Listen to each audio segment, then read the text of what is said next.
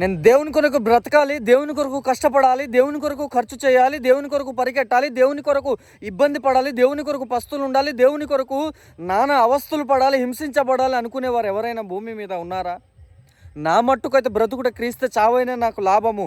ఒకవేళ నేను క్రీస్తు కొరకు చనిపోకపోతే, నేను క్రీస్తు కొరకు బ్రతకపోతే, నేను చనిపోయినా కూడా నాకు ప్రాబ్లం లేదంటున్నాడు భక్తుడు. యేసుక్రీస్తు ప్రభు కొరకు దెబ్బలు తిన్నాడు, ఆకలి ఉన్నాడు, పస్తులు ఉన్నాడు, నిద్ర లేని పరిస్థితులు, బట్టలు లేని పరిస్థితులు, దిక్కులేని పరిస్థితులు, స్నేహితుల ద్వారా బాధలు, కుటుంబం ద్వారా బాధలు, ఇలా ప్రతి ఒక్కరి ద్వారా ఇబ్బందిని పడిన వ్యక్తులలో పౌలు గారు ఒకరని మనందరికీ తెలుసు. అంతటి భారము, అంతటి ఆశ, అంతటి త్యాగము, అంతటి తపన, అంతటి ఆలోచన ప్రతి ఎవరికైనా ఉన్నదా? ఒకసారి పరీక్షించుకోవాలి. ఈరోజు నేను క్రైస్తవుడు అని ప్రతి ఒక్క వ్యక్తి కూడా గర్వంగా చెప్పుకుంటాడు. కానీ క్రీస్తుని ధరించిన వ్యక్తియే క్రైస్తవుడు. మేము సమస్తమును విడిచిపెట్టి నిన్ను వెంబడించి తిమి కదా అని యేసుక్రీస్తు ప్రభుతో ఉన్నటువంటి శిష్యులు చెప్తారు. మనం ఈరోజు సుఖాన్ని విడిచిపెట్టలేకపోతున్నాం. ఈరోజు మనం సంతోషాన్ని విడిచిపెట్టలేకపోతున్నాం. ఈరోజు కుటుంబాన్ని ఒకరోజు మనం విడిచిపెట్టలేకపోతున్నాం. దేవుని కొరకు మరి ఏ ముఖం పెట్టుకొని నేను క్రైస్తవుడని మనం చెప్పుకుంటున్నాం? అసలు క్రీస్తు కొరకు నువ్వు చేసేది ఏమైనా ఉన్నదా? ఒక్కరోజైనా నువ్వు ఆకలి ఉన్నావా యేసుక్రీస్తు కొరకు, యేసుక్రీస్తు ప్రభు కొరకు?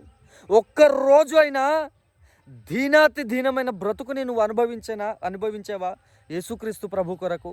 మరి ఏ రకంగా నేను క్రైస్తవుడని నువ్వు చెప్పుకుంటున్నావు?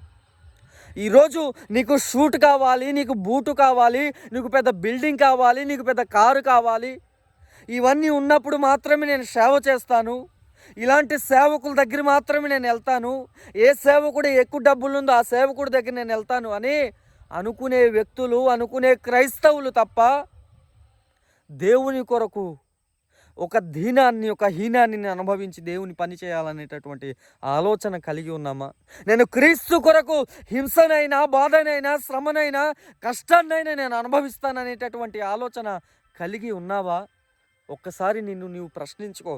నేను క్రైస్తవుడని నువ్వు అనుకుంటున్నావు కేవలం నీ సుఖం కోసం, నీ అప్పుల బాధల కోసం, నీ కుటుంబ సమస్యల కోసం, నీ రోగాల కోసం మాత్రమే యేసుక్రీస్తు ప్రభు దగ్గర ఉన్నట్టుగానే ఉంటున్నావు తప్ప నేను నిజంగా క్రీస్తు కొరకు బ్రతకాలి, క్రీస్తు కొరకు పరిగెట్టాలి, క్రీస్తు కొరకు నేను శ్రమనైనా అనుభవించాలి, అన్నపానంలో మాని దీనహీనమైన స్థితిని అనుభవించాలి అని, ఒకవేళ అలాంటి పరిస్థితి వచ్చినా కూడా ప్రాబ్లం లేదని ఎప్పుడైనా నీవు అనుకున్నావా? ఒకసారి ఆలోచించుకో ప్రియ సహోదరి సహోదరులారా. నేను క్రైస్తవుడనని కాలర్ ఎగరేసి చెప్పినంత మాత్రాన నువ్వు క్రైస్తవుడు అయిపోవు. నీలో ఆ క్రీస్తుని ధరించినటువంటి అనుభవం, నీలో ఆ క్రీస్తుని ధరించినటువంటి ఆ లక్షణం నీలో.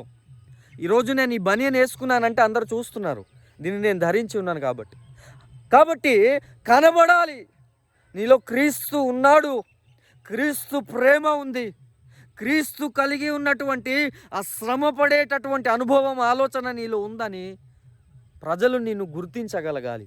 ఆ రకంగా ఉన్నావా? ఒక్కసారి పరీక్షించుకొని ప్రభు పేరట మనవి చేస్తే ఈ మాటలను ముగిస్తూ ఉన్నాను.